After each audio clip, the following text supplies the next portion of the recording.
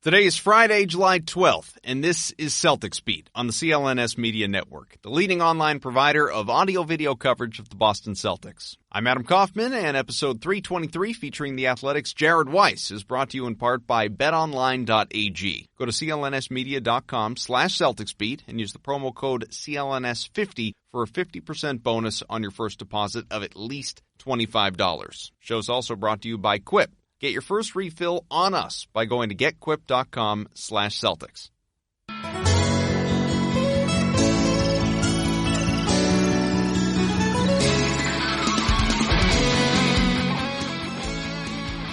All right, everyone, welcome in. I'm not sure if this is going to be the Tacko Fall Appreciation Hour, the Gershon Yabusele retrospective, or we'll just marvel at all the offseason movement around the NBA. Probably all the above, because we have got a ton to cover as usual. Welcome in for another Friday edition of Celtics Beat. Hope you had a great July 4th holiday. Already feels like years ago with everything that has happened since. I'm sure you're current on your news, but if you're not, just since last Friday's show, most significantly, Kawhi Leonard said, "See you to the Raptors, no thank you to the Lakers." He convinced Paul George to force his way out of Oklahoma City, and the two of them teamed up on the Clippers. Yeah, all that within the past week. Suddenly a new NBA championship favorite, but also the trickle-down effect. With George gone, Russell Westbrook decided to bolt OKC as well. He was reunited with James Harden in Houston for a haul of draft picks and pick swaps. We'll get into all that.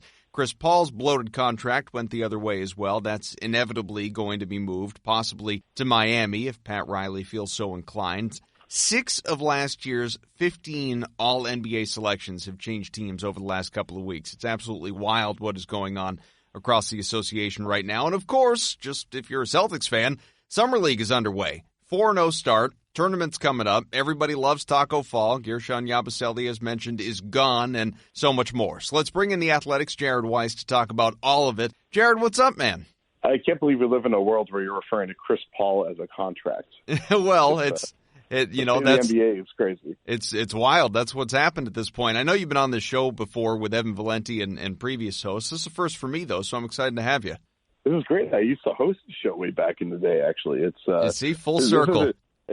It's an institution in which you have held up well, and the CLNS community is thankful to you. I appreciate that. And, the beauty is, as the guest, as opposed to the host, you'll probably actually talk even more than you used to. So that, that's a good start for it. Why don't we begin with something quick I didn't even mention off the top, and that is that Al Horford is officially a Sixer, and Brad Stevens is bummed about it. Al was great here. We loved Al. We wanted him back. But, again, it's his choice. Like, he can go do whatever he wants to do, and there's a lot of factors that end up helping these guys make those decisions. But, he's a heck of a player and did a great job here in the 3 years he was here. So, Jared, I don't want to dump on Horford. I love Horford. I wish Horford had come back. But he put out a message to C's fans on social media, which this is what it said in its entirety. "You welcomed me with open arms 3 years ago. We had a goal to raise another banner in the rafters. We fell short of that goal. I appreciate everyone in Boston, ownership, front office, coaches, and teammates. Most important, thank you to all the fans. Thank you, Boston." Now, I don't love goodbye messages in general, and like I said, I'm a Horford fan, but this message was about as lame as they get. He basically just said, "We tried to win, we didn't. Thanks." Well, I think for one, if you've heard Al Horford talk many times, I feel like it kind of sounds like Al Horford's voice, to be honest with you, which isn't a criticism. Just like, right. He's a kind of simple, straightforward talker for the most part. And then I think that was truly his goal, and I think he leaves disappointed and bittersweet, and especially with the way things left last year. I think he was not happy with that. I feel like nobody ever talked about how Al Horford felt, because Al Horford's a good soldier who keeps quiet, does all this talking and yelling behind closed doors.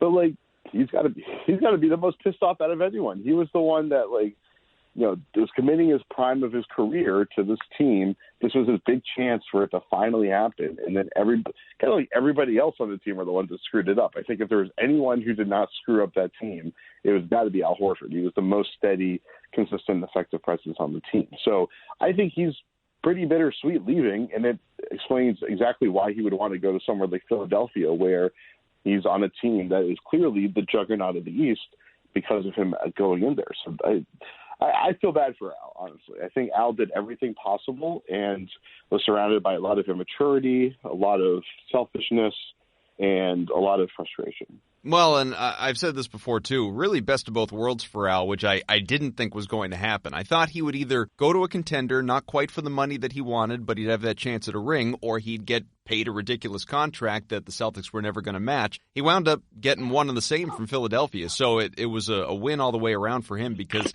this is the kind of guy that, yes, he wants to be an impactful piece on a championship team, but most importantly, he wants to get that ring, and he could be Barkley and Malone and Peyton. Like, he could be one of those guys that is chasing a championship to the bitter end until he's 40 years old as a role player on an NBA at some point down the line. He could be, David West later in his career if he wants to be. It's just right now he doesn't have to be, and he can be a good contributor on a potentially a great team. We'll see if it is in Philadelphia. You certainly hope he doesn't have to wander in the desert for too much longer. Right. It seems like he's earned his he certainly earned a cup of water somewhere. So, yeah. I mean, this is a great shot for him. Like, this is the place to do it, the team to do it with. I mean, he's next to the best big man in the NBA, or you can argue that one. But, like, that team, I feel like he fixes so many of their flaws. And, I mean, they'll never be able to get over Ben Simmons' inability to shoot and his kind of decision-making and how he tries to get his scoring. That's just a flaw that he has to work out, and I don't know if there's really anything he can do to fix that externally. So that's going to be a huge, hurdle that they have to jump over. But if there's anyone that lowers hurdles for an NBA team, it's got to be him. So when do you think we're going to hear Kyrie Irving's goodbye? I think he did. It was just a little breeze out the door from Boston, New York, as soon as the season ended. And, that's not going to happen. It's kind of shocking. That there isn't just something? Just something. Just something saying, just say, some sort of mea culpa or just the same statement that Al Horford made. Because, Kyrie, for one, even after a lot of people turned on Kyrie, there were still a ton of Kyrie Irving fans. There were still Kyrie Irving fans all over the stadium. There are a lot of people that love Kyrie Irving in the city. And he could have just said goodbye. He could have done something to really, make Boston feel as if that period of time existed. I guess he just wants to forget it. I am fascinated to hear that introductory press conference in Brooklyn, just because I don't know if you'll be there. There will be some Boston reporters there, obviously, that are going to ask him about the video with his dad and raising 11 to the Raptors and the preseason proclamation to the season ticket holders about coming back if you'll have me. And he's going to dodge it because that's what he does, and he'll find a way to ramble and talk without saying anything, and they'll move on to the next question. We won't actually get any sort of answer, but I am really interested to hear how he does handle that when the time comes. But unsurprisingly, we all knew it, Steven said, as you heard, he wanted Al Horford back. He did not say the same thing about Kyrie Irving. I've said this before. I enjoyed Kyrie. I like Kyrie, and I wish him nothing but health and success. I think any time that you go through a year like we went through, where you don't necessarily meet expectations. On some years that might be a good year, but on others it's not.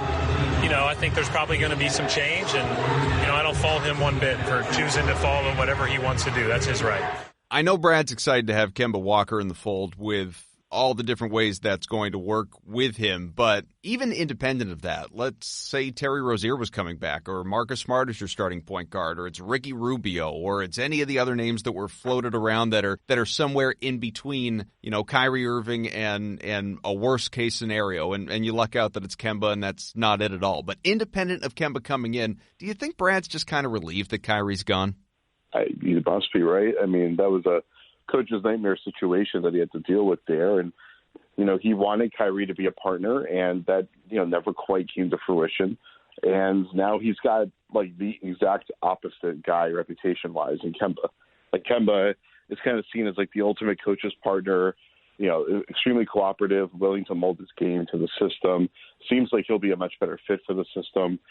This is kind of a dream come true scenario for Brad Stevens. And, this is we're talking about the desert metaphor. This is Brad Stevens walking through the desert and all of a sudden hit the ocean. He is. This is incredible for him. So Brad spoke about last year's group out at Summer League in Las Vegas. You were there. I know you're back in the Boston area now. And I'll play this clip quick because there is one part that I took exception to that you and others probably did as well. If it doesn't work, it's not because guys aren't good guys. Everybody in that locker room was well-intentioned. Everybody's a good guy.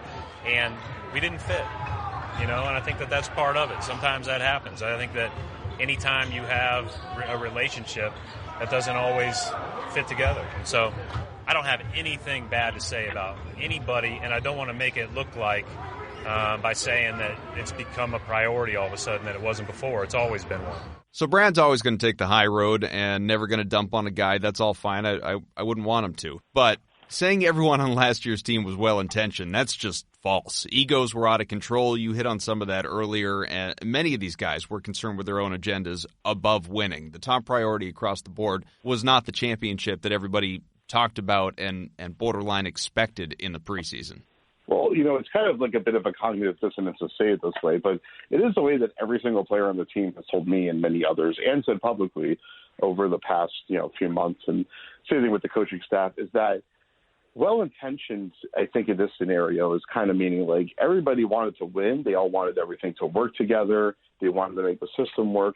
But then the reality sets in that when you're on the court, that you feel like you need your shots. You feel like you need to find your rhythm. And that just kind of piles on, especially when, almost every team has one or two of those guys, but there were like 7 of those guys for last year.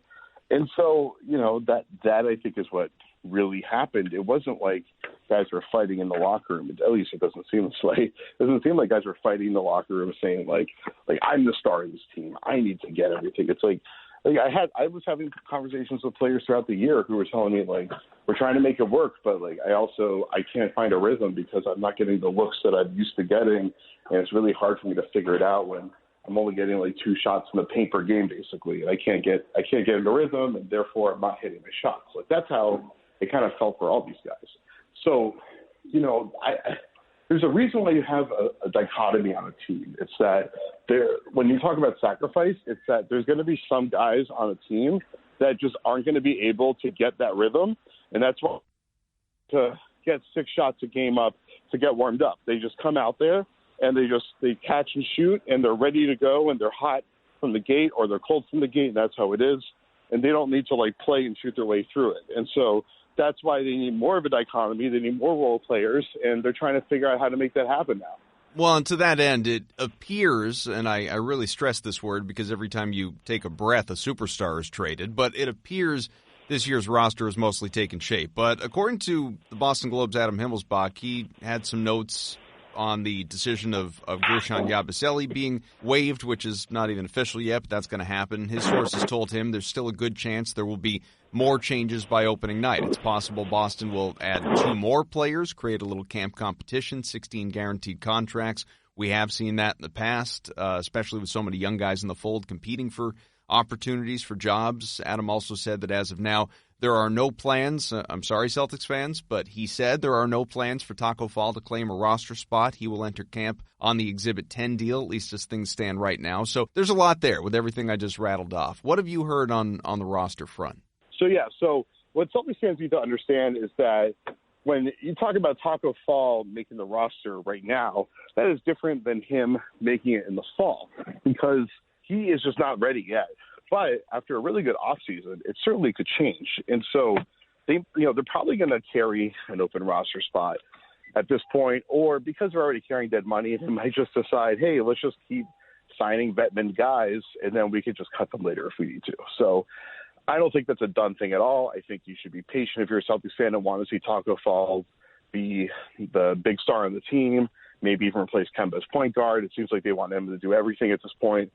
Maybe show a little bit of patience with him. Like, it's going to take him a while to develop as a big man in the NBA. And I don't think it's likely that he's going to be ready. And I love Tacko, and I think Tacko has a lot of potential to be an NBA rotation player, but he's just not there quite yet. And it's going to take him, I assume, a year in the G League at the very least to be ready to play at the NBA level. But maybe shows enough progress that they're willing to take him onto the roster after training camp. So let's keep going with him, because I am a believer. I mean, anyone who follows me on Twitter can see this. I am a believer that Tacko Fall is going to find his way onto this roster. Now, maybe that's opening up a two-way deal for him. Both of those are claimed right now, or maybe it's another avenue where Tremont Waters gets promoted to a regular contract, and therefore one of the two ways does become available, or they keep him on the Exhibit 10 and give him that bonus that I think you or others have written about, and then he's in Maine, he's in the G League, but he's still, as you noted, still Celtics property. I just feel we've seen enough, albeit just 4 games into Summer League, to see that there is raw talent there to go with the obvious size. That there's a chance he could be a valuable defensive presence eventually. Not someone who's going to come in and play a lot, few games, few minutes, little opportunity on a crowded roster. But Boston might have something there beyond just the social media infatuation and a giant whose name is Tacko. But, what do you think in terms of continuing with what you were just talking about, long-term expectation, maybe beyond this year? Is he a guy that the Celtics think enough of to hang on to and not let him escape elsewhere? Yeah, for sure. And I think that's a big factor with guys that sign Exhibit 10 contracts, is that at the end of the season, you waive them and you hope that they take the $50,000 bonus that they get and agree to go to your G League affiliate. If they don't agree to it, then they're a free agent, you lose them. And I think Tacko has demonstrated at this point that he's going to be a player worth developing and probably worth a two-way slot in that case if you're not going to be able to convince him to go to Boston. And the thing for him, I think one of the big factors is that he has to be in a good development situation. He needs to be in a good medical situation. So the team that he's picking has to be very careful. They did specifically pick the Celtics. That was, the team and at least like the top of the short list of teams that he wanted to go to after the draft.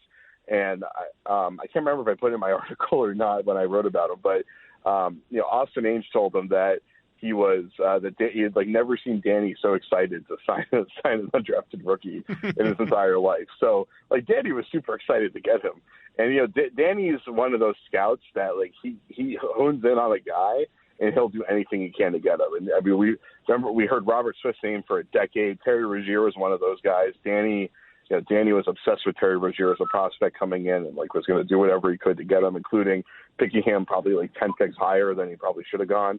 Although even though people are soured on Terry Rozier, that was a good draft pick. Absolutely. Look at it they traded the 16th pick for Kemba Walker, so you can look at it that way, right?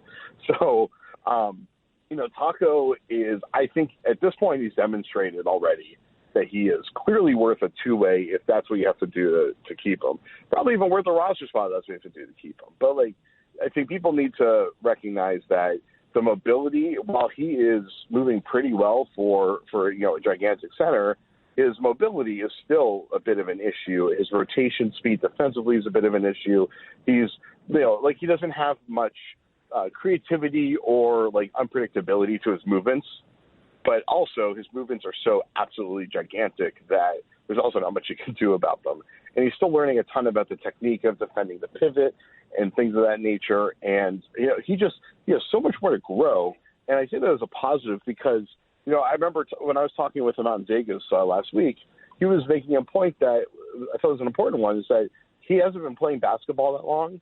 And he feels like he's just starting to learn a lot of the intermediate to advanced level skills that a lot of bigs probably developed when they're in high school or early in college. And he's starting to get to that point. So he's a little behind the learning curve, but he works really hard. And he's a smart guy and he's a fun guy, and like Kawhi Leonard. And so he is, I think he's willing to catch up and he's trying to catch up. And, the standard of that he needs to hit as far as learning all those things is not very high for him to be an effective role player in the NBA. Yeah, I heard, maybe NBA TV or ESPN, some interviewer asked Tacko doing a walking interview with him, it was a terrible interview, but one of the questions was, can you see the tops of cabinets? What's that look like? And Tacko just goes, dusty. So he's got a good personality. You know that better than most. If anyone hasn't read it, Jared wrote an article that might even be your pinned tweet right now on going to dinner with Tacko Fall when he first arrived in Boston and kind of showing him around a little bit, but just getting to know him. And it's a cool piece. It's well written. It's not very long. Won't take up much of your time. So I do encourage that you read that. I wanted to talk to you more about it, but we have a ton to cover. before I do let you go. So going back to the Himmelsbach stuff, just the fact that, as you said, you wouldn't be surprised if they go into the season with the open roster spot. He went the other way, said they could sign 2 guys and like I said, have the camp competition. In terms of vet min guys that are still out there, who's available that you think would be a good fit, worth a shot to bring in, look at, that would fit into this system, fit with this culture, and obviously fill a need?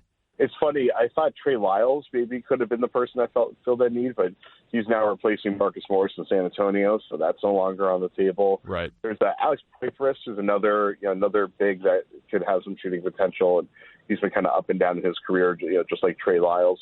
But honestly, there's not that many unrestricted free agents left that I can think of, and you're not going to you can't really get a restricted free agent with the vet minimum. So. If you could, the team would just renounce his qualifying offer at this point. So, and actually, I think the deadline to pull a qualifying offer is tomorrow. That's at least unilaterally pull it. So, there's not really anyone that makes sense. I think at this point they could either try to find deep prospects, at which point they already have some guys that they could try to add from the summer league team, or they go for some sort of veteran. Not like Melo or something like that. But yeah. There's not that many. I feel like most of the vets that are sitting out there are guys that are probably going to retire. So, you bring those guys in the camp and you see if they can earn that last roster spot, and then they retire if they don't make the roster spot. So that'll be pretty interesting. But there's not that many names out there that I can think of that actually are feasible to make the roster and make sense at this point. I just remember a few years back when I think it was Perry Jones he was that 16th guy and wanted him to make the roster and wound up getting cut, and they kept James Younger. It was something along those lines, and I guess in the end, well, nobody was proven right because neither one of them is any good. But I digress. I want to say something quick about that. Actually, yeah. Perry, when they brought in Perry Jones, people were excited because Perry Jones was a really high draft pick. Right, a lot of athleticism. Yeah, and there's some of those guys out there that were former lottery picks that have been, bouncing around for a while. People bring up Jimmer Fredette every single year. It's those guys are talented, but they just either their talent is located to a very specific skill, and they're too one-dimensional to make it in the NBA, or they don't have the work ethic or the basketball IQ to be able to make it. And so these guys, and they usually get extra chances anyway because they usually have the physical tools, like in Perry Jones's case, or they have that one skill that makes them so exciting. But teams nowadays, I feel don't really want to waste their time bringing those guys in, and they usually want to give it to someone who they feel can be a multidimensional player that either needs to be put into the right system or needs some more development. But nobody really wants to play one-skilled guys anymore. The other thing that Himmelsbach had said that I just don't want to gloss over, and I think Steve Bulpetz put the same out, others as well, and it goes back to the whole don't sleep on the NBA, is that the expectation for changes before opening night. And, of course, what that may be end of the roster stuff like we were just talking about, but it also creates the question. I solicited Twitter questions, and several were about this. Do you see the Celtics, Danny Ainge possibly pulling the trigger on an impactful trade? People keep coming back to the idea that Jaylen Brown could potentially be dealt with a looming contract. Of course, there's the fact that, there's no dead time in the NBA anymore. It used to be August. You could say, if you're in your position, you could safely go on vacation, not worry about anything. Well, Celtics acquired Kyrie Irving in August 2 summers ago, so there is no safe zone anymore, and we're especially seeing it a couple of weeks into free agency to no great surprise, but the signings, the trades, everything. Do you think the Celtics still potentially have a big deal in the hopper, or at least Ainge is working toward one? So I think that you got to keep an eye on Bradley Beal.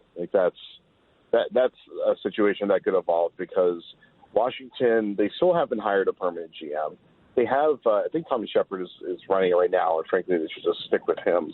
But so if he doesn't accept the max contract extension they can offer him, I think at the beginning of August or so, then that creates the kind of modern trade demand, essentially, where nowadays if guys aren't going to take their max extensions, then that means that they're going to leave most likely, and then teams need to start trading them before the contract expires. And Beal, I think, is probably one of the 5 to 7 most attractive trade targets in the entire NBA. He is, I think he's proven at this point he is an elite player. and he's just entering his prime now. And he's a great locker room guy, great culture guy, great community guy. He's a great face of a franchise and would be perfect on this team. So I do not believe that there is a legitimate reason to try to trade Jaylen Brown. He's not going to sign his contract extension because they're not going to offer him the max, and he can have a really good year and be worth the max. And so he's not going to take this extension. And I saw somebody was mentioning, I got a lot of likes or retweets about how the Celtics haven't had a contract extension done since like Rondo or something like that off of a right. rookie. And yeah, that's because in the NBA it's extremely rare to have basically like a top 10 pick sign a contract extension off the rookie deal if it's not a max extension, because you almost always need that fourth year to demonstrate extra value, and the free agency market is generally going to be much more rewarding. So yeah, I don't see Jaylen signing because they don't really have any reason to offer him the max. He's not there yet, but he's not that far from it. Like, he's already worth $20 million at least at this point. His max is going to be around $29 to $30 million, I think, most likely. So, it's worth it for him to try to earn that extra $40 million essentially this season. And I think he has a good chance of doing it. So either way, they're going to be able to keep him if they want to keep him. He's probably going to be worth whatever his next contract is. I'm still pretty much just as high on him as I have been the entire time. I think he's going to be worth the max money. So there's no reason to trade him. But if you can get someone like Beal, who's a couple years older but is already at the pinnacle of the game, then that's when it makes sense. But I don't expect the Beal deal to get done this offseason. Quick break to tell you today's show is brought to you by betonline.ag. The NBA season's over, sure, but that doesn't mean you can't still make money on basketball. You can already bet on who's going to win the 2020 title. Lakers, plus 350. Nope. How about the Clippers, right? And the Celtics. You could still look to them, plus 1,800, and some people would say, Ian Thompson last week, maybe Jared Weiss, that Celtics could possibly make a run to the East Finals. Third best championship odds in the Eastern Conference. You can also make custom player bets during games. You can pick a player and a stat. BetOnline.ag will give you a line for it. It's really cool. And odds already out for player props for next year. Zion Williamson, future rookie of the year maybe, but his points per game, that is set at 18.5. You can bet on who's going to win the season series between the Lakers and Clippers. Spoiler, Clippers. Make sure you go to clnsmedia.com/CelticsBeat. Get a 50% bonus on your first deposit of at least $25 when you sign up and use the promo code CLNS50. Don't be left on the sideline with all this excitement going on the court. Plus, you can play on BetOnline's virtual casino, make some money there too. Whatever you do, make sure you use betonline.ag and use the promo code CLNS50 for a 50% bonus on your first deposit of at least $25. Just go to clnsmedia.com/CelticsBeat. Then please see BetOnline's general rules for additional terms and conditions regarding bonuses. I don't know if this was the tweet that you saw, but I can at least say, and many have seen, that Brian Robb, Boston Sports Journal, he's the one that spoke with Jaylen Brown, and Brown told him that C's haven't even reached out on a new deal yet. Of course, the sides do have till mid-October to negotiate that extension, and as you said, hasn't been done since Rajon Rondo, but another thing that shouldn't be lost is it's not as though the Celtics haven't tried. Like, they had offered extensions to Terry Rozier, to Marcus Smart. Both those guys elected to bet on themselves, and financially it worked out for them. But what do you expect here in terms of dollars? I mean, is it? I know you say that he's going to be worth whatever that next deal is, but do you think he comes close to maxing out at the, as you said, $29-30 per, something like that? Do you think it's closer to, I don't know, $25 million a year, and then is worth it for the Celtics to keep him at that? Yeah, so I would offer him $480 probably at this point, and then try to work from there, maybe go up to like 22 or so. And then at that point, I'd probably just stop because you have matching rights. So either he's worth the max or he's worth $25 million and you get the match. So let the market dictate. And that's a big reason why these extension deals are usually the teams try to offer a little bit below market value at the time. They almost always never get done because you can just let the market take care of it and you get to match it. And you get to sit back and enjoy. So, there's no rush for them to try to keep Jaylen. The difference between what they offer Jaylen in the extension and then what they would have to sign him for probably isn't going to make a huge difference as far as them managing the cap. Like, they're going to be into the tax most likely at that point. So Obviously they can do a lot of things to get away from that, but if they're keeping their core together and they have a good season, then they're basically going to have to commit to the tax at that point. So I think it's just best for them to play conservatively.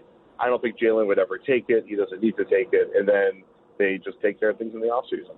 So you're recently back from Vegas, and we're going to go around the league, talk about some of those bigger moves that I mentioned off the top of the show. But first, let's get into some of these younger Celtics that we'll spend some time talking about, obviously, as the season moves along. And actually, I want to begin in the second round because Carson Edwards is the first of the C's second-round picks that's really been exactly what most expected so far. Again, Summer League, but small, guy's a human microwave. He can score. He'll shoot from anywhere. He's been efficient, especially from long range. He's 15 out of 31 and doesn't hesitate to pull up 5 feet behind the three-point line. Are we seeing a Summer League sensation or what I believe, and I think what others believe, a guy who can step right in as a rookie and actually contribute and be part of the rotation? Yeah, he'll be in the rotation. Maybe right away it's going to take him a little bit of time to really crack it, and they're going to use Wanamaker more. But, yeah, he's the whole point of him as a prospect was that he was going to be ready to come to the NBA and get buckets. Like, that was the first thing he's going to be able to do. I think a pleasant surprise has been that I didn't know if his defense would really translate to the NBA well, but he's defending pretty well. Because the one thing I like about him is he's not like super tall or long, but he's really beefy. And if you're a point guard, I think your awareness and your actual thickness can play a huge role in your ability to really dribble, penetrate, and get your shot off. Because if you can move guys when you're driving on them, that's when you can really create that separation. And so, that's really working for him offensively pretty well, although there are some warning signs that a lot of the dribble penetration is not going to work against NBA defenses. So that is one thing to definitely be concerned about. But then defensively, he's usually pretty locked in. He's got pretty good reaction speed. He knows, at least as far as just guarding a point guard one-on-one or chasing guards over screens and stuff like that, he seems to be doing a pretty good job at that. So if he can be a two-way player, that gives him a much, much better chance of cracking the rotation. That has been one big difference with I know there were a lot of the Isaiah Thomas comparisons in terms of just, undersized guy that can come in and get quick buckets. But in terms of that thickness, he's a bigger dude than Isaiah Thomas. He seems like already he's just physically a bit more imposing or physically stronger in terms of being able to get to the hoop and generate that contact and not worry about some of the things that Thomas, among other smaller guards, have had to deal with, having injuries creep up on him and taking a while to recover from them. But one thing that he does not compare to, that is the strength of Grant Williams. And this kid is my favorite among Boston's rookies. He was from the second they drafted him, and all the more so since. He's all effort all the time, good defensively, great basketball IQ, strong as an ox, gets those Shemi Ojale workout comparisons. But in terms of his play, plus 85 through 4 games or something stupid like that. Everyone is already saying that, he's not Al Horford, but he does impact winning in some of those same ways. Is that a fair statement? Yeah, he's a really similar player by design. His style is similar. It's just, I think I tweeted this during the game Thursday night. It's he's kind of like Al Horford, except much shorter and less athletic. So, those are the two things that separated Al Horford from all the other really skilled undersized guys. That's why Al Horford is a great player. And so, yeah, Grant has those limitations, and it's going to, it puts a ceiling on his ability to dominate in the NBA. But, he's got every single tool in the book, both skill-wise and upstairs. It's amazing to watch. And, I have been told by many people coming to the draft that he's the guy that you're going to fall in love with. And, watching him play, it's like he just fits every single thing that I love about being a basketball player, everything that I tried to do and failed miserably at when I used to play basketball on a Twitter. And so, his court vision is so good on both ends. And I think that's the most astounding part is he reads the game like he's like a 7-year vet. And you watch him on defense, you can see that. So most NBA actions are you're doing something on one side of the floor, and then on the weak side, something is developing. So you can quickly kick the ball over to the other side. But while the defense is slightly out of position, take advantage of that. Grant is so good at sniffing out weak side action. And there are so many possessions where he would be guarding somebody on one elbow, sense something developing on the other side, and then slide down towards the middle of the floor, and then all of a sudden the offense will pass the ball to that guy cutting, and the guy cuts right into Grant's way and gets stonewalled. And we've seen so many times where Grant is the first person to the spot on defense, just always has an understanding for where the play is going to be coming from. And I have a story coming out. I don't want to spoil too much of it, but basically one of the things that he does is he watches so much film, learns all the plays, and is able to call out a lot of the plays as they're developing. And that's huge for the rest of the team, because the rest of the team then also is able to pick up on some of the reads that he's doing, and they can learn from him and be able to also read the play that they otherwise have no idea what's going on and just trying to read and react. So what he does isn't just effective for him, but it's also communicating what he is seeing to everybody else and gives everybody else a bit of a boost too. And that's what impact winning really is. That's what Al Horford is just about the best in the NBA doing. And it's not just him that benefits, it's that everybody gets a little bit better by him being out there. This show's producer, Evan Valenti, who you know well, he was texting me earlier today saying that, he thinks Williams is basically he's a 6'7" Marcus Smart. And I said, you need to be careful. You're going to make Celtics fans go 6 to midnight. You start talking that way. Yeah, they should be up. That's a good comparison. Definitely a little bit different, but yeah, I totally see that. I can definitely see that. What have you made of Robert Williams' growth in his second summer league, especially on the heels of a 16-16 performance? Good. He's made the strides that you want to see from him. And, you have to remember Robert Williams was a project, and he was drafted as a project. And what that means is that he's going to get a little bit better in year 2, but he's not going to quite be ready yet. Or maybe he is, and he's going to end up being a superstar. But most likely, he is going to be going from guy that couldn't really play last year too much, had some nice flashes, to starting to put it together, and they're starting to give him some actual rotation spots, but he's not the starter yet. He's not quite ready for that. And I think by year 3 or 4, that's when you start to really see him put it together and get ready to be a rotation guy. And I think what we're seeing now that makes you think that he does have serious starting potential is that he is a really kind of fluid athlete and has great length, but I feel like last year he didn't seem to be very balanced or in control of his body, and that seems to be changing significantly. And we're just seeing in these last few summer league games, he is able to make moves to the hoop where he seems really in control, can kind of lean at different angles and still feel grounded and not feel like he's, kind of like committing to a shot. Defense reads it, and then he's just kind of stuck taking that shot and gets rejected. It's like he has creativity. He has control over his game now. I don't think it's going to be quite ready for the NBA yet once we get to training camp or preseason, but the fact that it looks so much better now at Summer League means that he's clearly making that progress.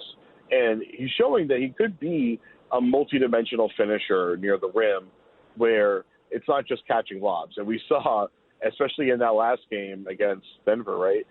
He was catching lobs left and right. I mean, that he is going to be an alley-oop machine.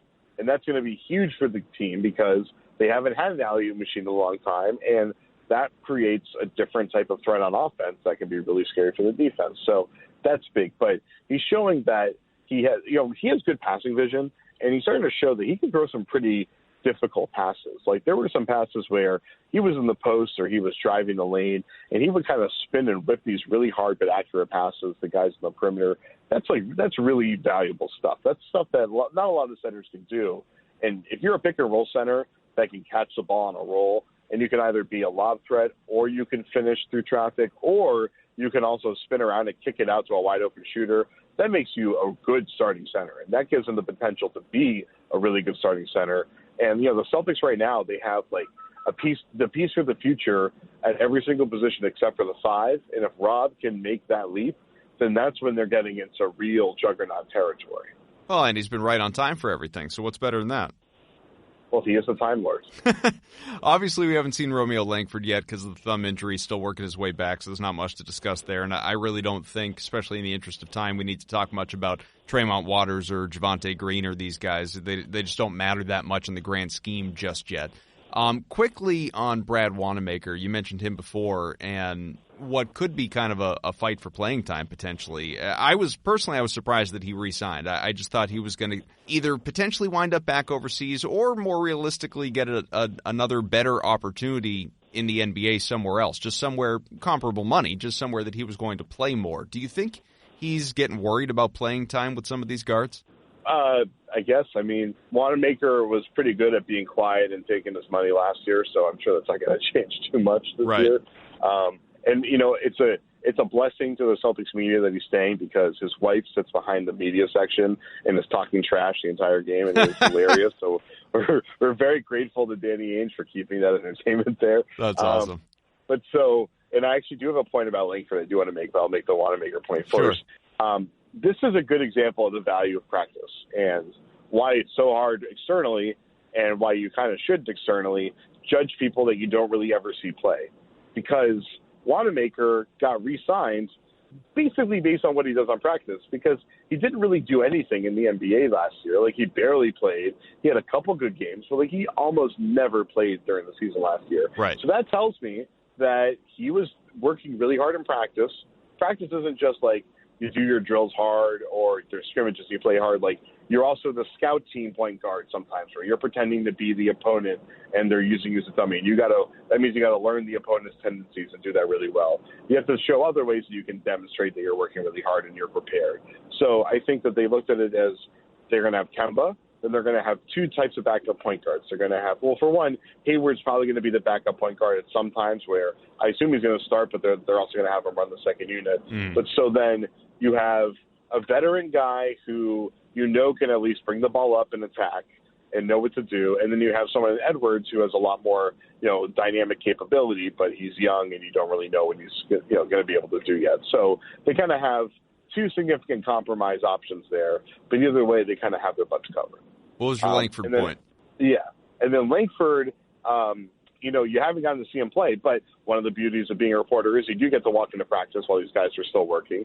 And what I have seen out of Langford is that his shot mechanics were, like, shockingly bad in college.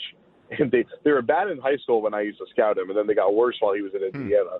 And he puts the ball, like, over the top of his head, puts the guide hands that, so you shoot with your right hand, your left hand is your guide hand. That guide hand is supposed to be generally on the side of the ball, and some people use their thumb to kind of push the ball off a little bit. If you do it right, then it's okay. It's not, but generally you don't want to get that thumb involved. And instead, Langford had the ball so far back over his head when he was trying to shoot it that he had to move his set hand behind the ball to prevent it from falling out of his hand, and then was pushing that set hand all the way through, or the guide hand all the way through the shot. And he just was kind of shooting this like corkscrew shot that was very unpredictable.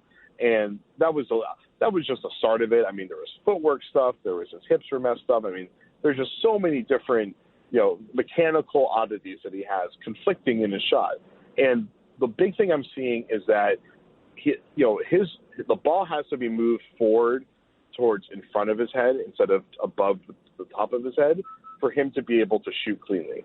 And in practice, I'm seeing him doing these drills where they have this specific drill. It's basically a form shooting technique is what it's called. But so what you do is you take the ball, you put it to where you're expecting the shooter from, standing about 5 feet from the hoop, and you take your other hand and you make it stiff as a board. Or I think they're apparently using ping pong paddles as well. I think Jay King had that in his story on The Athletic. But so you make it as stiff as a board, and you just put it next to the ball, and you learn how to basically just shoot with that stiff as a board hand just being next to the ball to make sure it doesn't fall out. But then that forces you to get that ball balanced on your shooting hand. And that's a drill that the Celtics do and a lot of other teams do as well, to just get these guys used to shooting with the correct form. And he's doing that, and it looks like he's starting to move the ball forward to a spot where he can actually shoot with balance and consistency. And it's going to be a long process for him.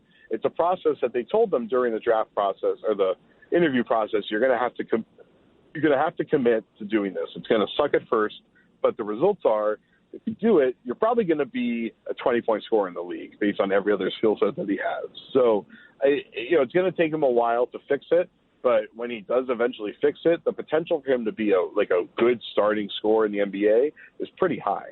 One guy who didn't figure it out, as we all have hopes for Langford, and I know a lot of people had hopes for Gershon Yabusele, just didn't pan out. 16th overall pick in 2016, and averaged 2 points in 74 NBA games over the last couple of years. Great dude, fun-loving, weird Celtics Twitter will miss him. We love the dabs, all of it. Fact is, he can't play, or at least hasn't been able to since the moment he arrived. And the Celts are, as a result, on the hook $3 million with his exit. Do you think he's going to find his way with a change of scenery, or is he just destined to be back overseas in the next couple of years? Yeah, I thought it was funny, the change of scenery stuff, because, I don't know what the change of scenery needed to be, but, he was well liked by everybody on the team, coaching staff, players, and he hasn't lost weight, and, it's so obvious that he needs to lose weight. He looks heavy out there. Jared Sellinger all over again? But not size-wise. It's heavy in that, the way he moves is kind of too plodding for him to do the things that make his game good.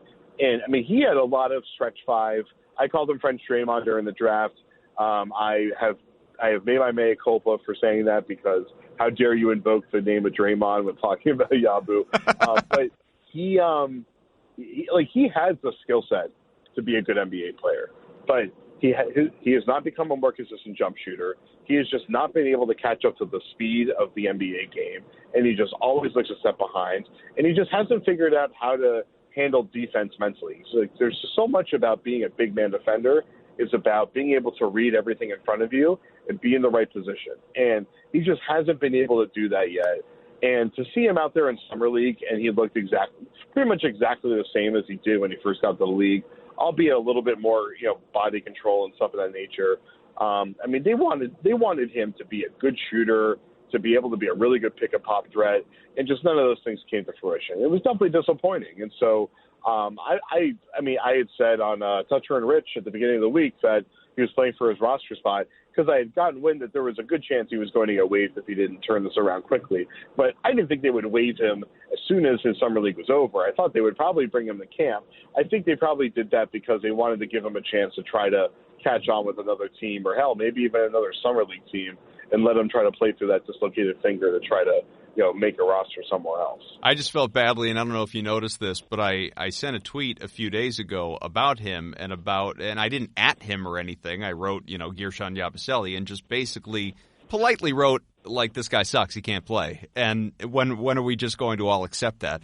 The poor guy retweeted it and then, gets waived a couple days later. It made me upset. It made me upset for him. Yeah, Yabu's a good guy. I feel bad. Most of these guys that get criticized by the fans or by the show hosts, how dare you? Yeah. They're good guys, and they're not just because you're not good at basketball or that you just didn't work hard enough to be a great NBA player doesn't mean that you deserve to be ridiculed. Right. That's why I don't ridicule these guys. I never ever say an NBA player sucks. I just never do. Because you know what? When I was growing up, Scalabrini was that guy that was laughed at and mocked. And, I know Scal. Scal is so good about basketball. He knows so much about basketball. He is such a smart guy. He was an NBA coach, for God's sakes. You don't just waltz into being an NBA coach and stumble into it. And, yeah, he was probably the worst player on the team. And I'm sure he's willing to admit that. He had some strengths. He was limited in some ways, but he did some things really well. He was a really good post defender. When his shot was on, he was a stretch big, which was pretty novel at the time. Unfortunately, for some reason, when he got to the Celtics, his shot was just way off. But before he got there, he was a good stretch big man. It was a good rotation player. So, these guys at the end of the bench, sometimes they just need to be on the right team where they're limited to what they have to do, to a few specific things, but they're able to execute it well, and it works out. But right now, it seems like Yabusele is just so far from being a rotation player that, maybe he goes back overseas, plays a couple of years, gets it together, and then he comes back and makes it in the NBA. Yeah, you have to remember, it is, and Scalabrini's the perfect example, it's the relative suck. Gershon Yabusele doesn't suck at basketball. He sucks at NBA basketball. He'd certainly go out and play well in the G League. He'd play well overseas. He'd beat the hell out of somebody like me and you. He just, can't compete, obviously, at that level just yet and maybe never will. But let's go around the league here because, again, major developments. Kawhi Leonard is out west, and, Jimmy Butler no longer in Philadelphia. He's in Miami. Maybe Chris Paul joins him, but I don't care about the Heat. With these moves of late, that leaves Milwaukee and Philadelphia as the East favorites. Celtics actually have, as of right now, the third best championship odds in the Eastern Conference. Do the C's, though, just focusing in on some of the inside mechanics of it all, as you like to dive into, do the Celts have the talent defensively to keep up with either of those teams' bigs? So you've got Giannis Antetokounmpo with the Bucks, so you can never stop. It's the old adage, like you can't stop him, you only hope to contain him. And then Joel Embiid and Al Horford on the Sixers. Enes Kanter, who I like. The guy's got a good personality. He's an elite rebounder. He can give you some points, but he's horrible defensively. How can the Celts contend with those guys on the other side in hopes of, projecting ahead in a playoff series, trying to move past them? So the first thing is no, they can't. They can't do it. And two, Enes Kanter, to his credit, has gone from terrible to bad defender. Okay, all right. It's an upgrade. And it is a very important distinction, because he went from not being able to even stay on the court really for an NBA team, despite his incredible offensive potency, for a couple of years there, to like last year in Portland, finally establishing that you can play him. You can play him in the fourth quarter, and it's a compromise, and he has to kick ass in order for it to be worthwhile, but you can do it. And that's why I kind of like this, even though I thought Enes Kanter as recently as 6 months ago would be a terrible signing for your desperation center spot. I think after seeing what he did with Portland last year, I can see it working. The problem is, when you're going up against those guys, it's going to be a problem.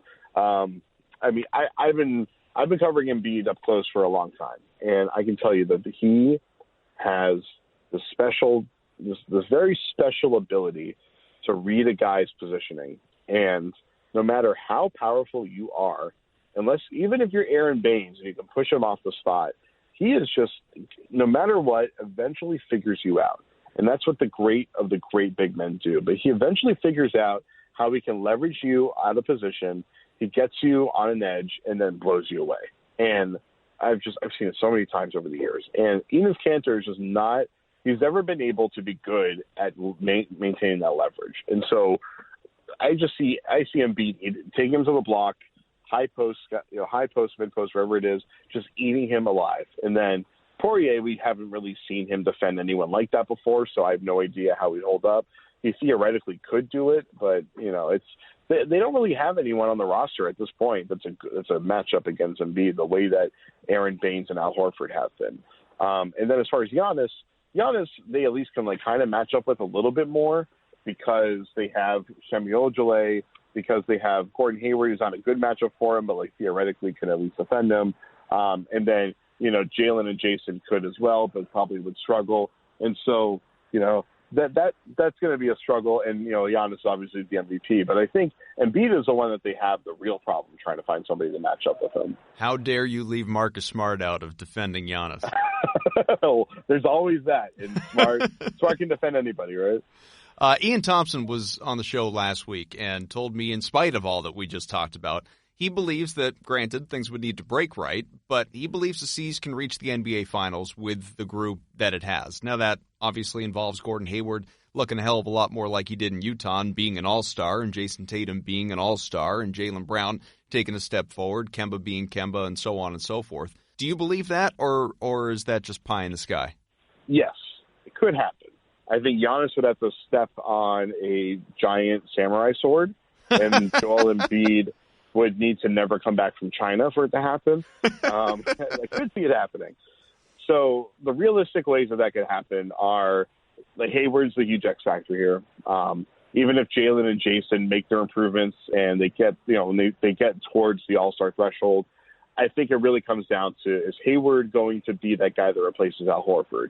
And Hayward's different than Al Horford, but what he does is he's the complementary playmaker that can make everything flow and take the pressure off of Kemba Walker, to have kind of a similar system to what Kyrie was doing last year, where it's a lot of isolation or high pick and roll playmaking. The Brad Stevens system relies on another really good playmaker to have everything flow through him and allow everybody to play off of him, and then they can keep kind of changing who everything is playing off of. So if they're able to pull that off, and Hayward is able to be the dominant guy that he was a couple of years ago, then that's where they have that chance to really be a finals team. But that weakness at the 5 is a pretty significant weakness against a bunch of teams that don't really have any weaknesses. I mean, they have some weaknesses in skill here or there, but like they have complete dominant two-way players at every single position. So, it's going to take a miracle for it to happen, but they're like that one team in the East that you can see having the potential to make that leap to get onto the same tier as Milwaukee and Philadelphia. One last break to tell you, today's show is brought to you by Quip. I'm sure all you are done with your spring cleaning, considering summer is finally here. But one thing you need to work on, that's cleaning your mouth. You got to do that all the time. And in 2 minutes, you can get the best clean you've ever had just by signing up for Quip. Quip uses sensitive sonic vibrations to give you the best clean of your life. Most people brush way too hard, and the electric toothbrushes, they can be abrasive. So give your mouth the gentle clean it needs. 90% of people don't brush for the full 2 minutes. Quip's here to help you. Pulses every 30 seconds to remind you to switch it up. Think about it. How many times does your mind wander when you brush your teeth? Well, Quip is designed so you can daydream. Make it easy. It's time to upgrade your game to the toothbrush backed by over 25,000 professionals. Get Quip today. Get your first refill on us. Just go to getquip.com/Celtics. That is getquip.com/Celtics. All right, let's get back to Jared. What was your reaction to the Clippers' secret power move? No leaks, no whispers, no speculation of Paul George, or even hints, really, that Kawhi would land with the other L.A. team. Yes, the Clippers were always in the mix, but it seemed like the Lakers or Raptors were inevitable. And you had, the pundits going on TV and saying as much, the 99%, yada, yada, yada. But nothing. It just the tweets in the middle of the night on the East Coast, the entire landscape of the league had shifted. It was amazing. And somebody said this to me on Twitter that I hadn't even really thought about, but it reminded them of when the Celtics hired Brad Stevens as head coach. That was the last example of there being just no indication of anything, and it genuinely pops up out of nowhere. I thought it was amazing. It was everything that you miss about the league. The surprise, the patience, the persistence. I mean, there was just so much of that I think really spoke to who Kawhi is and who Paul George is. And it was amazing to see it happen. And it's rare, and I don't know if this is probably an unrelatable thing to say, but as an NBA reporter, there aren't a lot of things that happen that surprise me anymore, frankly. And it's a different experience for me than I think it is for a lot of our listeners. I'm sure it's a lot of the same for you as well. And that we're talking to people constantly that have information, or we're reporting our own information, and you generally have an idea of some of this stuff is happening. And the entire time, I must have done 30 radio hits or podcast hits during the free agency timeline. And every single time I would get asked, where is Kawhi Leonard going to go? And I would try to refuse as much as possible to give an answer, because I would just say, I have no idea. And I don't think anybody has an idea. And I think if you're like Jalen Rose or one of these guys that is saying you have an idea, you're probably lying. Or you're believing somebody who also doesn't have an idea. Right. Chris Carter maybe actually does know, and it seems like he might actually be inside Kawhi's camp. So I would probably listen to what he has to say on this matter. Jalen Rose is kind of turning into a bit of a Stephen A. light in that, he probably is getting information from someone legit, that's for sure. But he doesn't, we double source our reports for a reason, because people either have agendas or they're believing someone who is not telling the truth or is just wrong. And you need to get multiple sources from other angles to be able to confirm something. Well, there's also zero accountability anymore. If you're wrong, you're wrong, and nobody questions your credibility going forward. You were just, hey, you missed this one, try the next one. Yeah, well, it depends. If you're on TV, there's no credibility. Well, that's what I mean. Yeah, not if you're you necessarily, but if you're Stephen A., nobody cares if he's wrong. That's true, which is a shame, because Stephen A., every time he says something, I get really nervous, because I have seen him walk into the locker room and sit down with Kyrie Irving and talk with him for 5 minutes. I've seen him do it with Jaylen Brown. I've seen a lot of these people do it. I see that, and I'm like, okay, well, clearly they have a relationship with this person, a relationship with their people, where maybe the information they're reporting is true. And so, there's enough that I've seen demonstrated with these guys that it is plausible that what they are saying is true, and you think it's probably BS, and it turns out almost always to be complete BS. And actually, another thing the public should know is that sometimes what they're saying is true, and then circumstances change, and then eventually the people that are involved lie about it publicly. That's a very common thing that happens. And there's a lot of times that people report something, and what they're reporting is accurate at the time, and things change. And that's happened to me before, too. So, it happens to everybody. Sometimes agreements get right close to the finish line, and then they fall through. Sometimes they get past the finish line, and then they fall through, as Marcus Morris just did. So much stuff happens behind the scenes. So many deals get almost done and then fall apart behind the scenes that, maybe Kawhi Leonard to the Lakers was really close to happening at one point, and then it ended. Maybe it was really close to Toronto, and then it ended. Actually, we know for a fact that Toronto was trying to get Paul George, and if they were able to get Paul George, Kawhi would have gone back there. So, there was so much fluidity. There were so many changes in circumstances behind the scenes that a lot of the stuff that is getting reported is fairly accurate and then just somehow ends up not being true in the end. So as we chat on July 12th, are the Clippers your championship pick? Oh, yeah. I mean, that's an easy one, right? They were a team that was like going to probably leap into being a borderline contender no matter what if they missed out on Kawhi. They're so well coached. It's funny. There was a narrative at some point that Doc Rivers was not a good coach, and that always perplexed me. Doc Rivers is a really good coach. He's not an X and O expert, and he gets guys on the staff that are, but he is just about as good a player management coach as there has been in the league in the last 30 years. And we see it time and time and time again. And so what he did last year was amazing. I mean, that team was like all, it was like 2 second units basically out there. There was no first unit on that team. It was 2 second units. They somehow almost beat the Warriors. They were just so potent. Yeah, Lou Will playing at his peak. Montrezl Harrell's one of my favorite guys emerging in the NBA. I am obsessed with everything that he does. He is an absolute monster.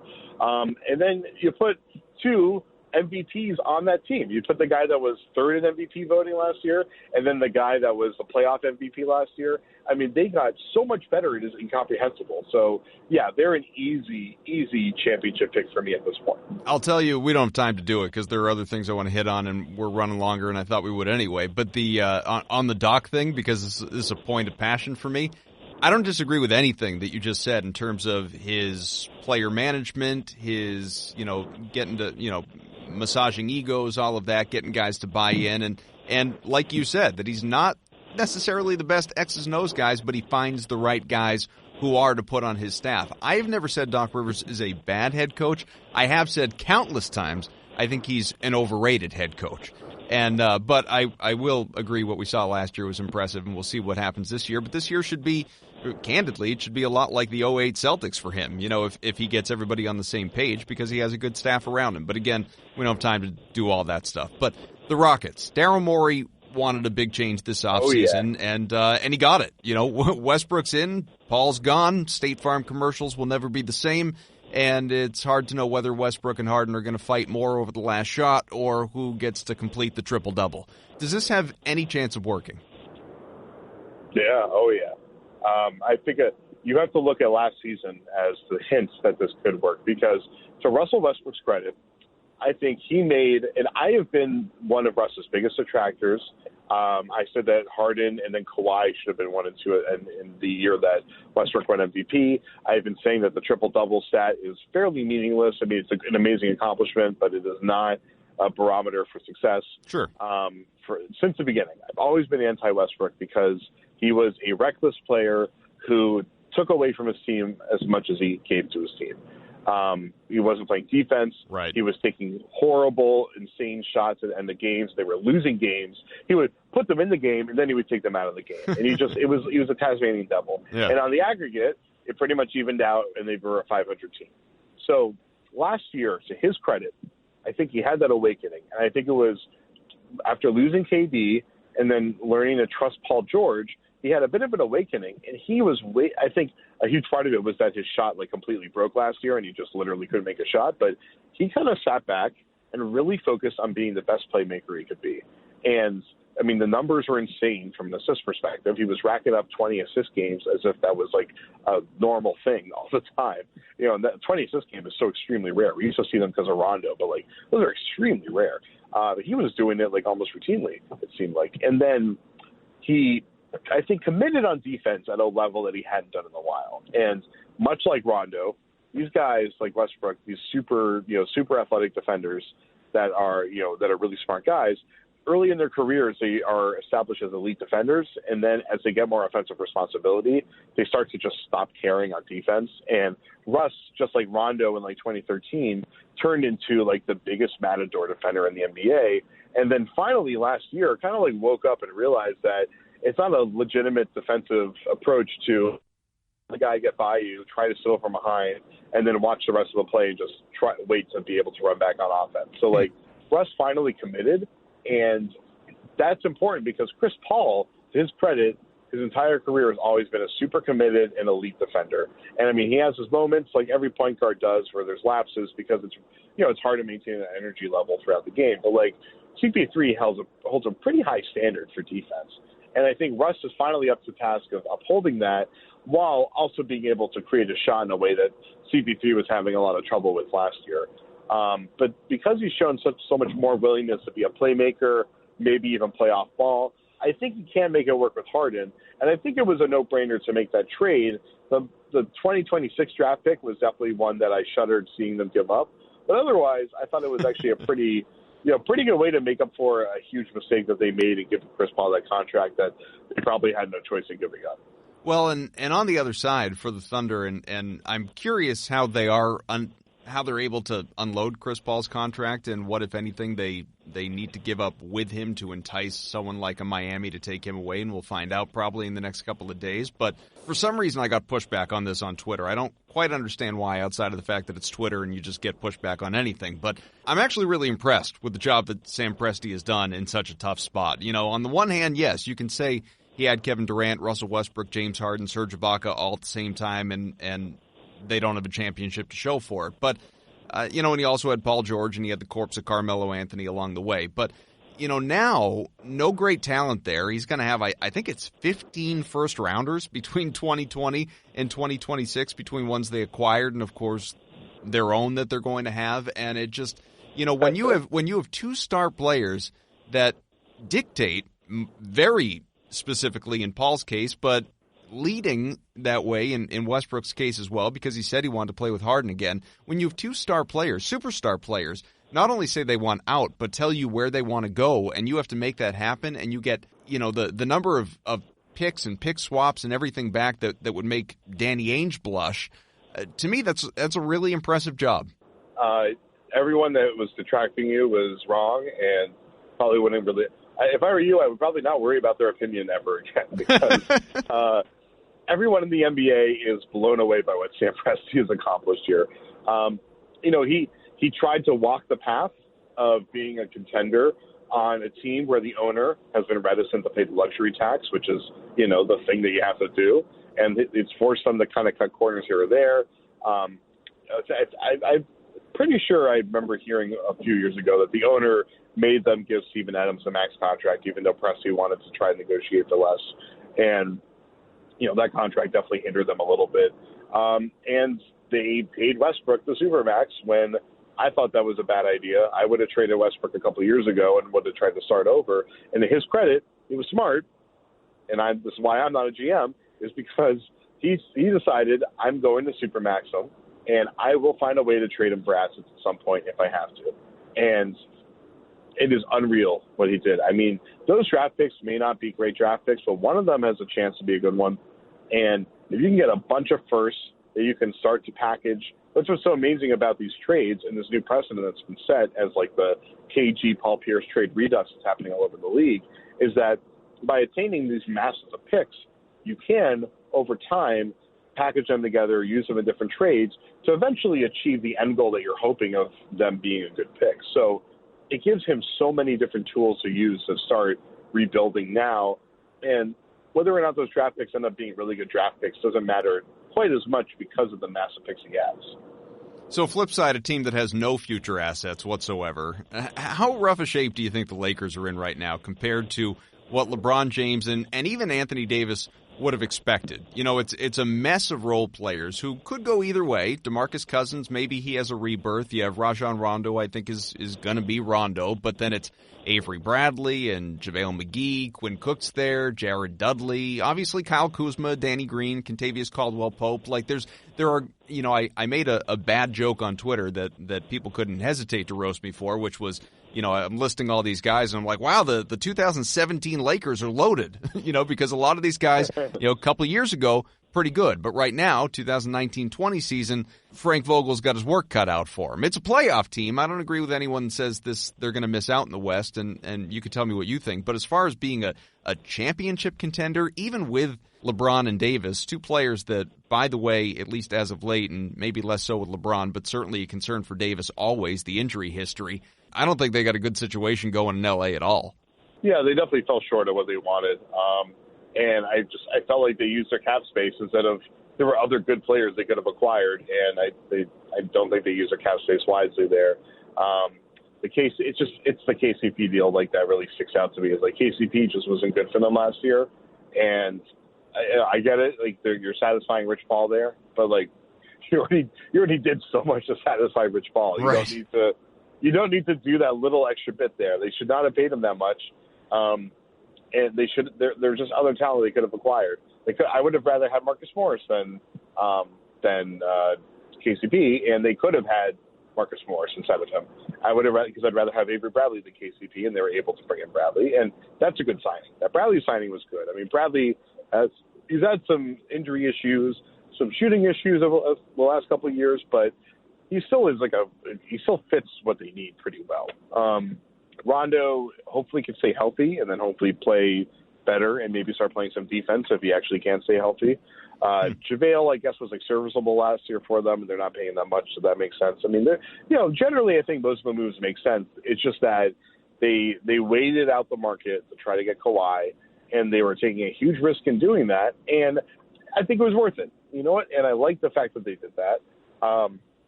You don't know none of us really know from our perspective whether they were aware of whether they were brought into the idea that Paul George is going to have to be a package deal like the way that Toronto and the Clippers were. If they were aware of that, then they should have backed out immediately. Like they should have recognized, okay, well, this is not going to.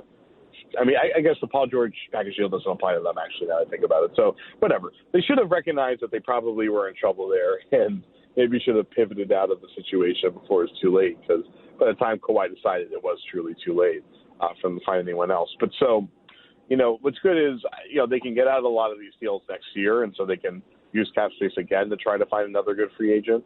But they don't have enough around AD and LeBron for me to be really confident that they can compete with a team as deep and stacked as the Clippers are. And as good as Utah is as well. Utah is going to be a major threat to them, and Denver is going to be a big threat as well. But at the same time, AD next to LeBron could be so they could be the two best players in the NBA next year. I mean, it could be so unbelievably unstoppable that it doesn't really matter as long as everyone else around them could just stand there without falling apart. We'll end with Adam Silver's annual Summer League press conference, which was Tuesday. The commissioner admitted the league has obvious problems to address with players asking for trades. We've seen a lot of it lately. Tampering, which is, I talked to Ian about that last week. It's just, it's beyond out of control. I don't even know why they bother to have a moratorium period or even wait as long as they do for free agency to begin when tampering so clearly starts so much earlier than I think most people even thought before, and the free agency and draft calendar, which is an ongoing discussion about how that should probably be flipped. There are many issues. What's the top priority of that group, though? So the thing is, I don't think the tampering thing is a huge deal, and I think one important thing is that people say, like, get rid of the moratorium, get rid of the tampering rules, and that's a lack of understanding of how rules and regulations work. And the important thing is, even if a rule is not easily enforceable, or is kind of like crossed over and they're kind of pushing the boundaries, you need that rule in place to at least set the boundary to generally control the behavior. So if you get rid of the tampering rules, then tampering is just going to be happening on every single player all the time. So, like, Zion just got drafted by New Orleans.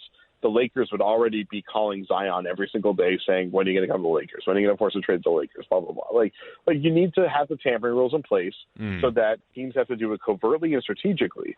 So teams aren't going to start tampering with Zion the second he gets to the league. They're going to wait until Zion is in a point in which that situation can be leveraged, and then they start to very subtly do it behind closed doors so that there isn't some sort of apparent massive crisis.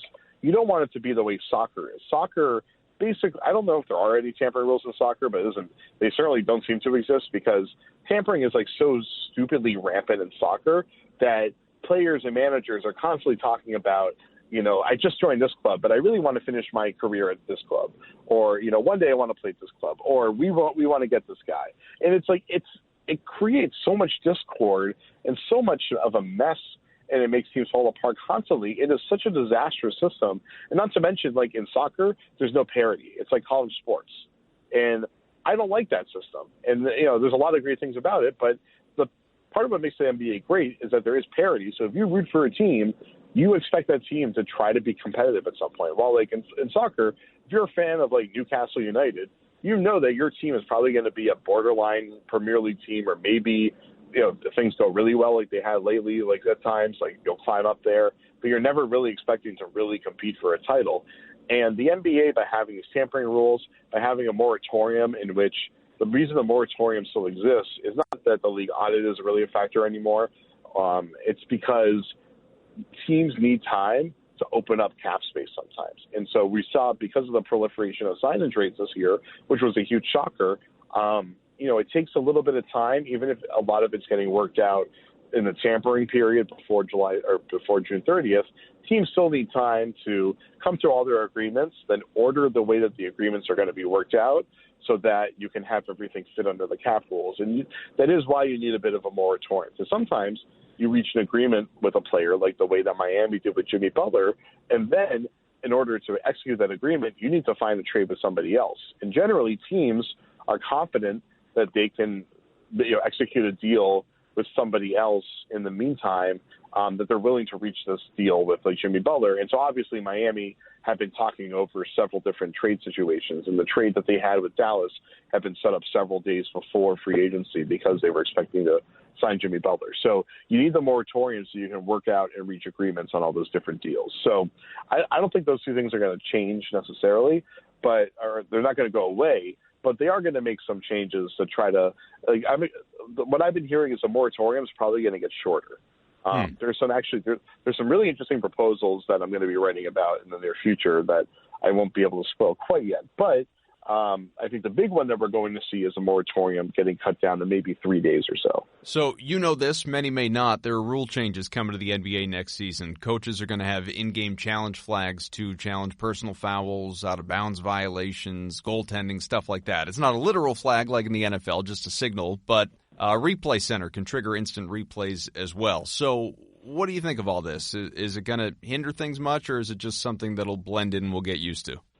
Oh, I think we'll get used to it. I mean, there's already coaches like calling for a review where they twirl their finger, which is what the rule calls for at this point. Like, we already see them do it all the time. They just don't have the unilateral power to actually get them to do that. So usually it's like they see a situation where the ref could review it and they're like, all right, let's review it. So now they just have more unilateral ability to do it when they see fit. So it's not going to be much of a change. You're going to see it happen every single game, but I think you see it happen probably once a game at least anyway. And I was disappointed when I heard there was going to be a challenge flag. I was hoping there'd be like one of those like giant flags that the mascot carries around and the coach has to pick that up or wave it back and forth. I thought that would be a fun idea. Yeah, there you go. I'd be all for that. Well, before I do let you go, for anyone that weren't, if you weren't paying attention to all the Twitter questions and everything like that, have you been able to identify the most handsome Celtics beat writer yet? I think I'm talking to him right now. Oh, this guy. You little did you know you were getting teed up for that. I think you're absolutely right, and I appreciate that greatly. I do what I can. Jared Weiss from The Athletic. Thanks, buddy. That was a lot of fun. I know we kept you a while, but we covered a lot of ground. That was perfect timing. Thanks for everything. Really, really great stuff from Jared. I loved having him on, and we'll definitely have to do that again soon. I hope you enjoyed it as well. I know we've been running long these last few weeks. Normally we keep these shows closer to like 45 minutes, and we've been going over an hour these last few. But part of it is there's just so much going on, not just concerning the Celtics, but around the league on the transaction wire, and that needs to be discussed. Even if it doesn't directly impact the Celtics, just as NBA fans, I assume you care. I know I care, and our guests care, and they're kind enough to donate so much of their time because I will tell you, if you don't know or if you care, I don't know about that either, but guests are not paid to come on this program. They do it for, out of the kindness of their hearts to share their Celtics and other NBA analysis and wisdom with all of us. So I greatly appreciate it. And Jared just being the most recent. This show brought to you in part by betonline.ag. Go to clnsmedia.com/CelticsBeat. Use the promo code CLNS50 for a 50% bonus on your first deposit of at least $25. Show also brought to you by Quip. Get your first refill on us by going to getquip.com/Celtics. Thanks again to Jared, to Evan, who was mentioned in this show probably more than he typically is. Thanks as well to Nick, Larry, John, everybody at CLNS Media. Most of all, you subscribe. You can get us on iTunes, search Celtics, or just search Celtics Beat. That'd be even faster for you, I suppose. Subscribe to the show. Subscribe on Stitcher, and as important as anything, follow me on Twitter at Adam M. Kaufman, or at least keep up if you don't follow, because we'll be constantly tweeting out the shows, engaging with you, and right on top of all the news that comes out concerning this Celtics team. You can bet on that. So it's going to be fun. And again, we're in mid-July. I cannot confidently say there's not going to be something significant coming down the pike for the Celtics and Danny Ainge. And if you're a C's fan, especially in recent years, I don't know how you could believe otherwise.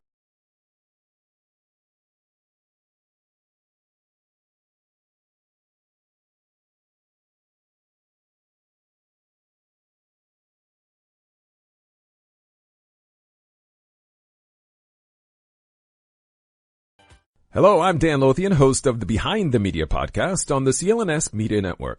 Along with Jimmy Young, we dive into the biggest media headlines each week with honest, informed, and sometimes irreverent perspectives. It's not all serious. We deliver information and entertainment. As we like to say on Behind the Media, we find the interesting in media so you don't have to go searching for it. Listen to our podcast and get prepped for the next trip to the water cooler. Subscribe to Behind the Media wherever you get your podcast, or find us on www.clnsmedia.com.